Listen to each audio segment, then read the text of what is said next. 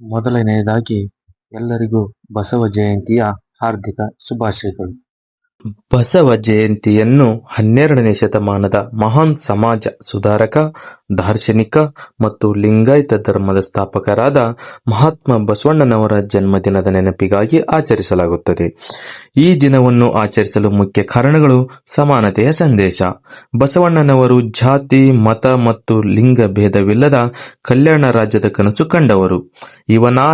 ಇವನಾರವ ಎಂದೆನಿಸದಿರಯ್ಯ, ಇವ ನಮ್ಮವ ಎಂದೆನಿಸಯ್ಯ ಎಂದು ಸಾರಿದ ಅವರ ಸಮಾನತೆ ತತ್ವಗಳನ್ನು ಸ್ಮರಿಸಲು ಈ ದಿನ ಮುಖ್ಯವಾಗಿದೆ. ಕಾಯಕವೇ ಕೈಲಾಸ. ಪ್ರತಿಯೊಬ್ಬರೂ ಪ್ರಾಮಾಣಿಕವಾಗಿ ಕೆಲಸ ಮಾಡಬೇಕು ಮತ್ತು ಆ ದುಡಿಮೆಯಲ್ಲಿ ದೈವವನ್ನು ಕಾಣಬೇಕು ಎಂಬ ಕಾಯಕ ತತ್ವವನ್ನು ಅವರು ಜಗತ್ತಿಗೆ ನೀಡಿದರು. ಈ ಶ್ರಮ ಸಂಸ್ಕೃತಿಯನ್ನು ಗೌರವಿಸಲು ಬಸವ ಜಯಂತಿಯನ್ನು ಆಚರಿಸಲಾಗುತ್ತದೆ. ಅನುಭವ ಮಂಟಪ. ವಿಶ್ವದ ಮೊದಲ ಸಂಸತ್ತೆಂದು ಕರೆಯಲಾಗುವ ಅನುಭವ ಮಂಟಪದ ಮೂಲಕ ಜನಸಾಮಾನ್ಯರಿಗೂ ಅಭಿವ್ಯಕ್ತಿ ಸ್ವಾತಂತ್ರ್ಯ ಮತ್ತು ಚರ್ಚೆಗೆ ಅವಕಾಶ ಮಾಡಿಕೊಟ್ಟ ಅವರ ಪ್ರಜಾಪ್ರಭುತ್ವದ ಮೌಲ್ಯಗಳನ್ನು ಸ್ಮರಿಸುವುದು ಇದರ ಉದ್ದೇಶ. ವಚನ ಸಾಹಿತ್ಯ. ಸಂಸ್ಕೃತದಲ್ಲಿ ಅಧ್ಯಾತ್ಮವನ್ನು ಜನಸಾಮಾನ್ಯರ ಭಾಷೆಯಾದ ಕನ್ನಡದಲ್ಲಿ ವಚನಗಳ ಮೂಲಕ ಸರಳವಾಗಿ ತಿಳಿಸಿಕೊಟ್ಟ ಅವರ ಸಾಹಿತ್ಯಿಕ ಕೊಡುಗೆಯನ್ನು ಆಚರಿಸಲು ಈ ದಿನ ಪ್ರಸ್ತುತವಾಗಿದೆ. ಮೂಢನಂಬಿಕೆಗಳ ವಿರೋಧ. ಅರ್ಥಹೀನ ಆಚರಣೆಗಳು ಮತ್ತು ಮೂಢನಂಬಿಕೆಗಳ ವಿರುದ್ಧ ಜಾಗೃತಿ ಮೂಡಿಸಿ ವೈಚಾರಿಕ ಬದುಕನ್ನು ರೂಪಿಸಿಕೊಳ್ಳಲು ಬಸವಣ್ಣನವರು ನೀಡಿದ ಪ್ರೇರಣೆಯನ್ನು ಮುಂದಿನ ಪೀಳಿಗೆಗೆ ತಲುಪಿಸಲು ಈ ಜಯಂತಿಯನ್ನು ಆಚರಿಸಲಾಗುತ್ತದೆ. ಸಾಮಾನ್ಯವಾಗಿ ವೈಶಾಖ ಮಾಸದ ತೃತೀಯ ದಿನದಂದು ಬಸವ ಜಯಂತಿಯನ್ನು ಅತ್ಯಂತ ಸಡಗರದಿಂದ ಆಚರಿಸಲಾಗುತ್ತದೆ. ಅದರಲ್ಲೂ ಕರ್ನಾಟಕದಲ್ಲಿ ಇದು ಬಹುದೊಡ್ಡ ಸಾಂಸ್ಕೃತಿಕ ಮತ್ತು ಧಾರ್ಮಿಕ ಹಬ್ಬವಾಗಿದೆ. ಬಸವ ಜಯಂತಿಯ ಸಂದರ್ಭದಲ್ಲಿ ಅಥವಾ ಹಳ್ಳಿಗಳಲ್ಲಿ ನಡೆಯುವ ಜಾತ್ರೆಗಳಲ್ಲಿ ಎತ್ತುಗಳ ಮೆರವಣಿಗೆಯನ್ನು ಮಾಡುವುದು ನಮ್ಮ ಸಂಸ್ಕೃತಿಯ ಒಂದು ಅವಿಭಾಜ್ಯ ಅಂಗ. ಇದರ ಹಿಂದೆ ಹಲವಾರು ಧಾರ್ಮಿಕ, ಸಾಮಾಜಿಕ ಮತ್ತು ಸಾಂಸ್ಕೃತಿಕ ಕಾರಣಗಳಿವೆ. ಮೊದಲನೆಯದಾಗಿ ಬಸವಣ್ಣನವರ ವಾಹನವಾಗಿ ಗೌರವ. ಹಿಂದೂ ಧರ್ಮ ಮತ್ತು ಬಸವ ತತ್ವದ ಪ್ರಕಾರ ಎತ್ತು ಕೇವಲ ಒಂದು ಪ್ರಾಣಿಯಲ್ಲ, ಅದು ಶಿವನ ವಾಹನವಾದ ನಂದಿಯ ಸಂಕೇತ. ಬಸವಣ್ಣನವರನ್ನು ಭಕ್ತಿ ಭಂಡಾರಿ ಎಂದು ಪೂಜಿಸುವುದರಿಂದ ಅವರ ಹೆಸರಿನಲ್ಲೇ ಇರುವ ಬಸವನನ್ನು ಪೂಜಿಸಿ ಮೆರವಣಿಗೆ ಮಾಡುವುದು ಅವರಿಗೆ ಸಲ್ಲಿಸುವ ಗೌರವ ಎಂದು ಭಾವಿಸಲಾಗುತ್ತದೆ. ಎರಡನೆಯದಾಗಿ ಕೃಷಿ ಸಂಸ್ಕೃತಿಯ ಪ್ರತೀಕ. ಭಾರತೀಯ ಕೃಷಿ ಪ್ರಧಾನ ಸಮಾಜದಲ್ಲಿ ಎತ್ತುಗಳು ರೈತನ ಬದುಕಿನ ಆಧಾರ ಸ್ತಂಭಗಳು. ಬಿತ್ತನೆಯಿಂದ ಹಿಡಿದು ಬೆಳೆ ಮನೆಗೆ ಬರುವವರೆಗೂ ರೈತನಿಗೆ ಸಾಥ್ ನೀಡುವ ಎತ್ತುಗಳಿಗೆ ಕೃತಜ್ಞತೆ ಸಲ್ಲಿಸಲು ಈ ಮೆರವಣಿಗೆಗಳನ್ನು ಏರ್ಪಡಿಸಲಾಗುತ್ತದೆ. ಇದು ರೈತ ಮತ್ತು ಪ್ರಾಣಿಗಳ ನಡುವಿನ ಅವಿನಾಭಾವ ಸಂಬಂಧವನ್ನು ಸಾರುತ್ತದೆ. ಮೂರನೆಯದಾಗಿ ಕಾಯಕ ಮತ್ತು ಶ್ರಮದ ಗೌರವ. ಬಸವಣ್ಣನವರು ಕಾಯಕವೇ ಕೈಲಾಸ ಎಂದು ಸಾರಿದವರು. ಎತ್ತುಗಳು ಶ್ರಮಜೀವಿಗಳ ಸಂಕೇತ. ನಿರಂತರವಾಗಿ ಕಷ್ಟಪಟ್ಟು ದುಡಿಯುವ ಎತ್ತುಗಳನ್ನು ಸಿಂಗರಿಸಿ ಮೆರವಣಿಗೆ ಮಾಡುವುದರ ಮೂಲಕ ಶ್ರಮ ಸಂಸ್ಕೃತಿಯನ್ನು ಎತ್ತಿ ಹಿಡಿಯುತ್ತದೆ. ನಾಲ್ಕನೆಯದಾಗಿ ಸಂಭ್ರಮ ಮತ್ತು ಒಗ್ಗಟ್ಟು. ಗ್ರಾಮೀಣ ಭಾಗದಲ್ಲಿ ಎತ್ತುಗಳ ಮೆರವಣಿಗೆ ಒಂದು ಹಬ್ಬದಂತೆ ನಡೆಯುತ್ತದೆ. ಎತ್ತುಗಳಿಗೆ ಸ್ನಾನ ಮಾಡಿಸಿ ಅವುಗಳ ಕೊಂಬಿಗೆ ಬಣ್ಣ ಹಚ್ಚಿ ಮೈಜೂಲ ಹಾಕಿ ಗೆಜ್ಜೆ ಕಟ್ಟಿ ಬೀದಿಗಳಲ್ಲಿ ಮೆರವಣಿಗೆ ಮಾಡುವುದರಿಂದ ಇಡೀ ಊರಿನಲ್ಲಿ ಸೌಹಾರ್ದತೆ ಮತ್ತು ಸಡಗರದ ವಾತಾವರಣ ನಿರ್ಮಾಣವಾಗುತ್ತದೆ. ಐದನೆಯದಾಗಿ ಅಕ್ಷಯ ತೃತೀಯ ವಿಶೇಷ. ಬಸವ ಜಯಂತಿಯು ಸಾಮಾನ್ಯವಾಗಿ ಅಕ್ಷಯ ತೃತೀಯೆಂದೇ ಬರುವುದರಿಂದ ಹೊಸ ಕೃಷಿ ಚಟುವಟಿಕೆಗಳು ಆರಂಭವಾಗುವ ಮುನ್ನ ಎತ್ತುಗಳನ್ನು ಪೂಜಿಸಿ ಮೆರವಣಿಗೆ ಮಾಡುವ ಮೂಲಕ ಆ ವರ್ಷದ ಬೆಳೆ ಸಮೃದ್ಧವಾಗಿ ಬರಲಿ ಎಂದು ಆಶಿಸಲಾಗುತ್ತದೆ. ಖಂಡಿತ ಬಸವಣ್ಣನವರ ವ್ಯಕ್ತಿತ್ವ ಮತ್ತು ಬಸವ ಜಯಂತಿಯ ಬಗ್ಗೆ ಇನ್ನು ಕೆಲವು ಆಸಕ್ತಿದಾಯಕ ಮತ್ತು ವಿಶೇಷ ಸಂಗತಿಗಳನ್ನು ಹೀಗೆ ಪಟ್ಟಿ ಮಾಡಬಹುದು. ಮೊದಲನೇದಾಗಿ ಶೂನ್ಯ ಸಂಪಾದನೆ ಮತ್ತು ಪ್ರಜಾಪ್ರಭುತ್ವ. ಬಸವಣ್ಣನವರು ಸ್ಥಾಪಿಸಿದ ಅನುಭವ ಮಂಟಪ ಕೇವಲ ಧಾರ್ಮಿಕ ಚರ್ಚೆಯ ವೇದಿಕೆಯಾಗಿರಲಿಲ್ಲ, ಅದು ಇಂದಿನ ಸಂಸತ್ತಿನ ಮಾದರಿಯಲ್ಲೇ ಕಾರ್ಯನಿರ್ವಹಿಸುತ್ತಿತ್ತು. ಅಲ್ಲಿ ಕೆಳವರ್ಗದವರು ಮೇಲ್ವರ್ಗದವರು ಎನ್ನುವ ಭೇದವಿಲ್ಲದೆ ಎಲ್ಲರೂ ಸಮಾನವಾಗಿ ಕುಳಿತು ಚರ್ಚಿಸುತ್ತಿದ್ದರು. ಅಲ್ಲಮ ಪ್ರಭುಗಳು ಅದರ ಅಧ್ಯಕ್ಷರಾಗಿದ್ದರೆ ಅಕ್ಕ ಮಹಾದೇವಿ, ಅಂಬಿಗರ ಚೌಡಯ್ಯ ಮುಂತಾದ ವಿವಿಧ ವೃತ್ತಿಯ ಶರಣರು ಅಲ್ಲಿ ಸದಸ್ಯರಾಗಿದ್ದರು. ಎರಡನೆಯದಾಗಿ ಸಾರ್ವತ್ರಿಕ ಭಾಷೆಯ ಬಳಕೆ. ಅಂದಿನ ಕಾಲದಲ್ಲಿ ಆಧ್ಯಾತ್ಮಿಕವು ಕೇವಲ ಸಂಸ್ಕೃತ ತಿಳಿದವರಿಗೆ ಮಾತ್ರ ಸೀಮಿತವಾಗಿತ್ತು. ಆದರೆ ಬಸವಣ್ಣನವರು ಅದನ್ನು ಜನಸಾಮಾನ್ಯರ ಆಡು ಭಾಷೆಯಾದ ಕನ್ನಡಕ್ಕೆ ತಂದರು. ಅತ್ಯಂತ ಸರಳ ಉದಾಹರಣೆಯ ಮೂಲಕ ಜೀವನದ ದೊಡ್ಡ ತತ್ವಗಳನ್ನು ಜನವರಿಗೆ ಮನವರಿಕೆ ಮಾಡಿಕೊಟ್ಟರು. ಮೂರನೆಯದಾಗಿ ಸ್ತ್ರೀ ಸಮಾನತೆ. ಬಸವಣ್ಣನವರು 12ನೆಯ ಶತಮಾನದಲ್ಲೇ ಮಹಿಳೆಯರಿಗೆ ಸಮಾನ ಗೌರವ ಮತ್ತು ಧಾರ್ಮಿಕ ಸ್ವಾತಂತ್ರ್ಯವನ್ನು ನೀಡಿದರು. ಮಹಿಳೆಯರು ಸಹ ವಚನಗಳನ್ನು ಬರೆಯಲು ಮತ್ತು ಸಾರ್ವಜನಿಕ ಚರ್ಚೆಯಲ್ಲಿ ಭಾಗವಹಿಸಲು ಪ್ರೋತ್ಸಾಹಿಸಿದರು. ಇದು ಅಂದಿನ ಕಾಲಕ್ಕೆ ಅತ್ಯಂತ ಕ್ರಾಂತಿಕಾರಕ ಬದಲಾವಣೆಯಾಗಿತ್ತು. 4ನೇದಾಗಿ, ಬಸವ ಎನ್ನುವ ಪದದ ಅರ್ಥ. ಬಸವ ಎಂದರೆ ಸಂಸ್ಕೃತದ ಋಷಭ ಪದದ ತದ್ಭವ ರೂಪ. ಋಷಭ ಎಂದರೆ ಧರ್ಮದ ಸಂಕೇತ. ಬಸವಣ್ಣನವರು ತಮ್ಮ ಜೀವನದ ಮೂಲಕ ಧರ್ಮವನ್ನು ಕೇವಲ ಆಚರಣೆಯನ್ನಾಗಿ ಮಾಡದೆ ಅದನ್ನು ಬದುಕಿನ ದಾರಿಯನ್ನಾಗಿ ಮಾಡಿದರು. 5ನೇದಾಗಿ, ಅಂತಾರಾಷ್ಟ್ರೀಯ ಮನ್ನಣೆ.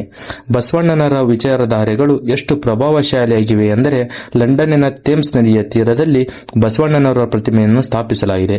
ಭಾರತದ ಸಂಸತ್ ಭವನದ ಆವರಣದಲ್ಲೂ ಅವರ ಪ್ರತಿಮೆ ಇದೆ. ಅವರು ಜಗತ್ತಿನ ಮೊಟ್ಟಮೊದಲ ಮಾನವ ಹಕ್ಕುಗಳ ಪ್ರತಿಪಾದಕರಲ್ಲಿ ಒಬ್ಬರೆಂದು ಗುರುತಿಸಲ್ಪಡುತ್ತಾರೆ. 6ನೇದಾಗಿ, ದಾಸೋಹ ತತ್ವ. ಬಸವಣ್ಣನವರು ಕೇವಲ ಕಾಯಕದ ಬಗ್ಗೆ ಅಷ್ಟೇ ಹೇಳಲಿಲ್ಲ, ಅದರ ಜೊತೆಗೆ ಸಮಾಜಕ್ಕೆ ಮರಳಿ ನೀಡುವುದರ ಬಗ್ಗೆಯೂ ಒತ್ತು ನೀಡಿದರು. ತಮ್ಮ ದುಡಿಮೆಯ ಒಂದು ಭಾಗವನ್ನು ಸಮಾಜದ ಹಿತಕ್ಕಾಗಿ ಬಳಸುವುದು ಈ ತತ್ವದ ಮೂಲ ಉದ್ದೇಶವಾಗಿದೆ. ಜಾತಿ ನಿರ್ಮೂಲನೆಗೆ ಬಸವಣ್ಣ ಮಾಡಿದ ಕಾರ್ಯಗಳು. ಅಂತರ್ಜಾತೀಯ ವಿವಾಹ. ಬಸವಣ್ಣ ಮಾಡಿದ ಅತ್ಯಂತ ಧೈರ್ಯಶಾಲಿ ಕಾರ್ಯ ಇದು. ಬ್ರಾಹ್ಮಣ ಕುಟುಂಬದ ಮಧುವರಸನ ಮಗಳು ಮತ್ತು ಅಸ್ಪೃಶ್ಯ ಕುಟುಂಬದ ಹರಳೆಯನ ಮಗನ ವಿವಾಹ ಮಾಡಿಸಿದರು. ಇದು ಆ ಕಾಲದಲ್ಲಿ ಅತ್ಯಂತ ಕ್ರಾಂತಿಕಾರಿ ನಿರ್ಧಾರವಾಗಿತ್ತು. ಈ ಕಾರಣದಿಂದಲೇ ರಾಜ್ಯ ಬಿಜ್ಜಳನ ಕೋಪಕ್ಕೆ ಗುರಿಯಾದರು. ಹರಳೆಯನಿಗೆ ಗೌರವ. ಹರಳೆಯ ಚಮ್ಮಾರ ಜಾತಿಯವರು ಬಸವಣ್ಣ ಅವರನ್ನು ತಮ್ಮ ಗುರು ಸಮಾನ ಎಂದು ಪರಿಗಣಿಸಿದರು. ಅವರ ಮನೆಗೆ ಹೋಗಿ ಊಟ ಮಾಡಿದರು. ಮಾದರ ಚೆನ್ನಯ್ಯ. ಮಾದರ ಚೆನ್ನಯ್ಯ ಕೀಳು ಜಾತಿ ಎಂದು ತಿರಸ್ಕರಿಸಲ್ಪಟ್ಟ ವ್ಯಕ್ತಿ. ಬಸವಣ್ಣ ಅವರನ್ನು ಶರಣ ಎಂದು ಗೌರವಿಸಿದರು. ಅವರ ವಚನಗಳಿಗೆ ಸಮಾನ ಸ್ಥಾನಮಾನ ನೀಡಿದರು. ಅನುಭವ ಮಂಟಪದಲ್ಲಿ ಸಮಾನತೆ. ರಾಜ, ಬಡವ, ಅಸ್ಪೃಶ್ಯ ಎಲ್ಲರೂ ಒಂದೇ ಕಡೆ ಕುಳಿತು ಚರ್ಚೆ ಮಾಡುತ್ತಿದ್ದರು.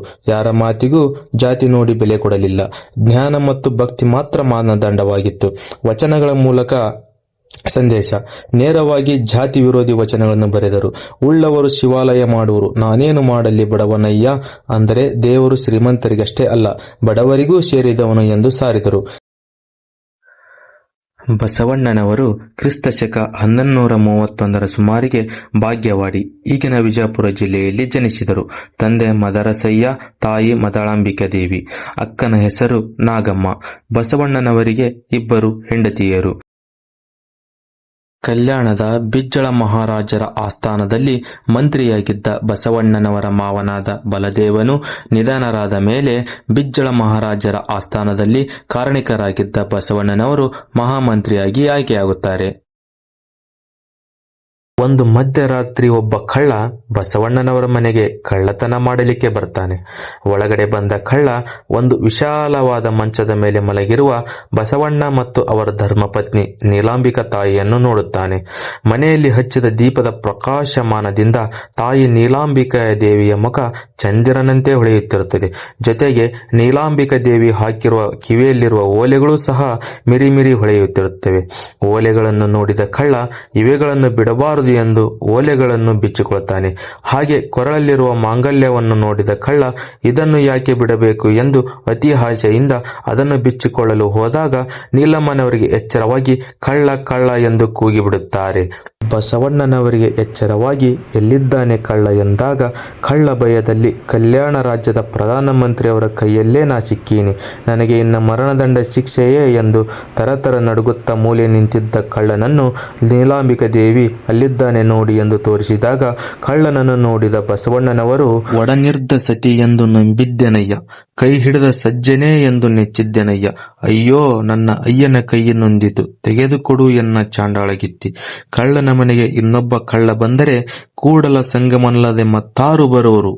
ಅವರು ಕಳ್ಳರಲ್ಲ. ಹಣೆಯ ಮೇಲೆ ವಿಭೂತಿ ಇದೆ, ಕೊರಳಲ್ಲಿ ಲಿಂಗವಿದೆ.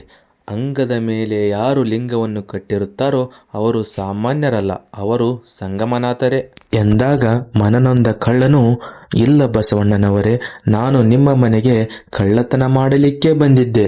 ನಿಮ್ಮ ಮನೆಗೆ ಲಿಂಗ ಇಲ್ಲದವರಿಗೆ ಪ್ರವೇಶವಿಲ್ಲ ಎಂಬುದನ್ನು ತಿಳಿದು ಹಾದಿಯಲ್ಲಿರುವ ಕಲ್ಲನ್ನು ಲಿಂಗವೆಂದು ಕಟ್ಟಿಕೊಂಡು ಬಂದಿದ್ದೆ ಎಂದು ಆ ಲಿಂಗವನ್ನು ತೋರಿಸಲು ಬಂದಾಗ ಅದು ಸಾಕ್ಷಾತ್ ಲಿಂಗವೇ ಆಗಿತ್ತು. ಆವಾಗ ಬಸವಣ್ಣನವರು ಹೇಳ್ತಾರೆ, ಅಪ್ಪ ಎಂಥ ಪುಣ್ಯವಂತನಪ್ಪ ನೀನು.